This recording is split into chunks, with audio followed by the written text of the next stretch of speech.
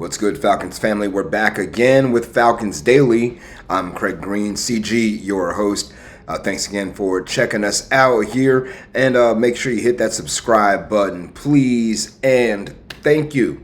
All right, everybody, let's chop it up here, talk a little Falcons football. And looking around the league, got a couple of first-round picks still aren't signed. One of them is Shemar Stewart out of the Cincinnati Bengals. If you've been following the league, on a national level outside of just Atlanta, you may have heard that Shemar Stewart did not sign his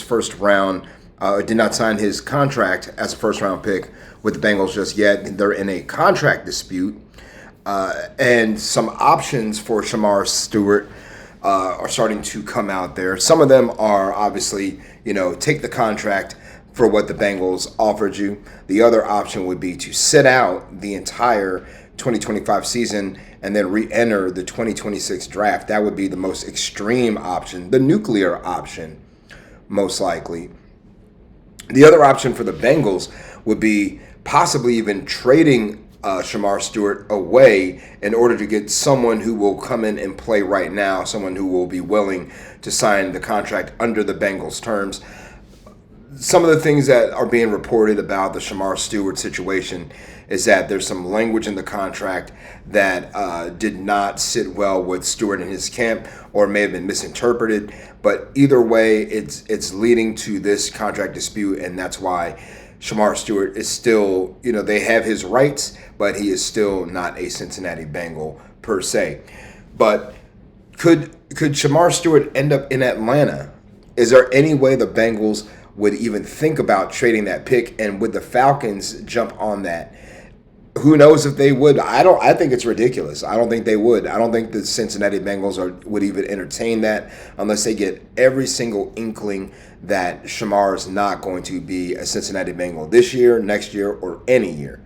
So for the Falcons, he's an edge rusher. He played for Texas A&M, doesn't have the volume of sacks that we've seen from a James Pierce or Jalen Walker, but he's been lauded for his athleticism and his physical, being a physical specimen. He ran a 4.5 40, so my man's fast, he's athletic, just doesn't have the stats to back it up. But again, a player who they think would be a guy who's going to trend up and then eventually become a superstar type player, on the defensive end. But I don't think the Falcons would be in the mix for that. We've already got enough edge rushers now in the building. Let's see what our guys can do first. Then we'll worry about other people. And speaking of positions that we may need some depth at, I think inside linebacker is one that we may need to have some competition at.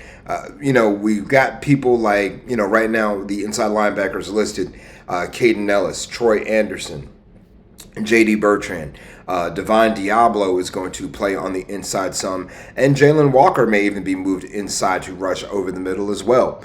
But I think the Falcons could use a little more depth at inside linebacker.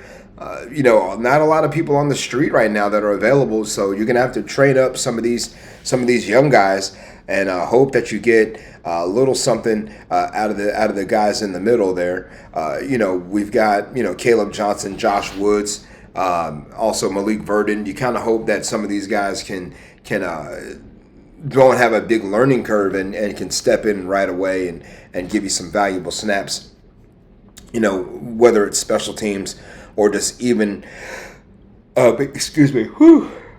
or just even being called on in short notice in case Bertrand can't go, Divine or Anderson or someone like that. In case a body is needed out there, you want to be able to depend on some of those guys. But right now, I feel like we're a little thin at inside linebacker. It's an area I feel like we might be exposed, possibly. But again, who's out there for you to get? Hard to tell right now.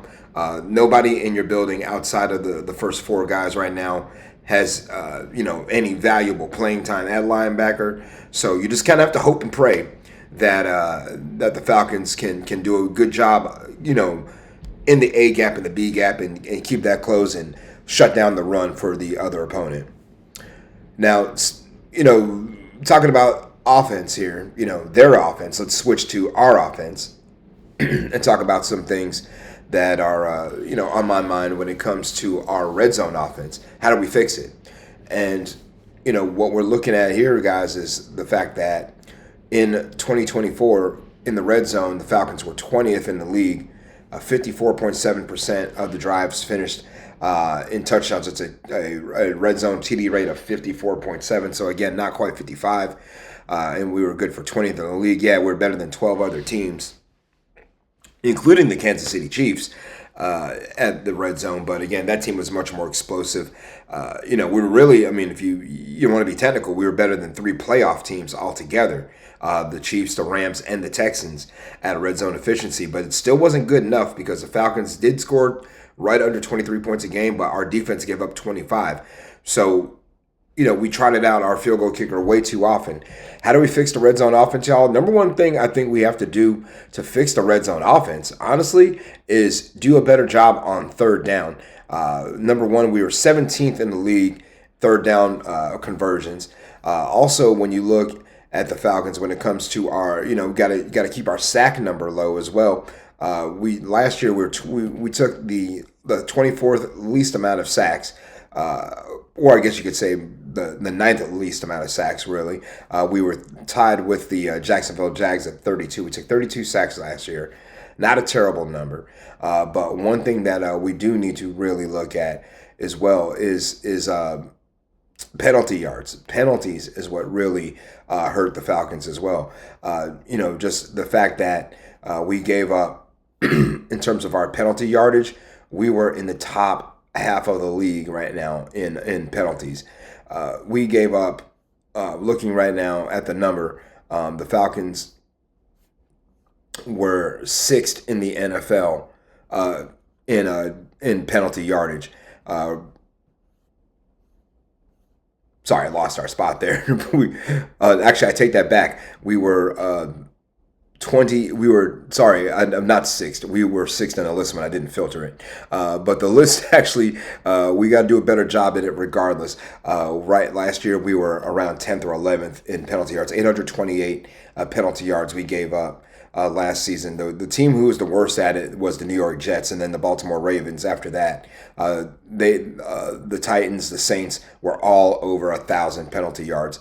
The Falcons, again, we were right around 10th in the league with 828. But, the number one team in the league gave the least amount of penalty yards, the Indianapolis Colts. We need to be like them. But, because of the fact that we have such an issue scoring in the red zone, we have to play cleaner in between the 20s, if that makes sense to you. So cleaning up those penalties pre-snap or after the ball snap, you got to clean those up. And then also got to do a better job on third down. Got to be better than 20th in the league at converting our third down. So that's how you fix the red zone offense, is by doing better between the 20s before you even hit the red area.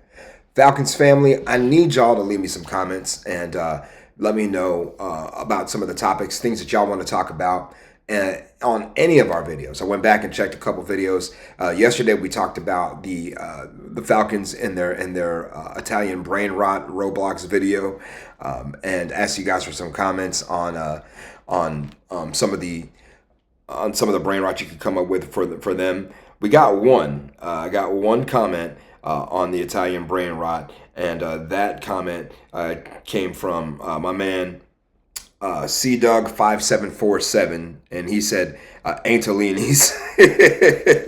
So yeah, that'd be a good one for the Saints. So we can, unless you guys have something better, we'll go for that one right there. Antolini, I don't know.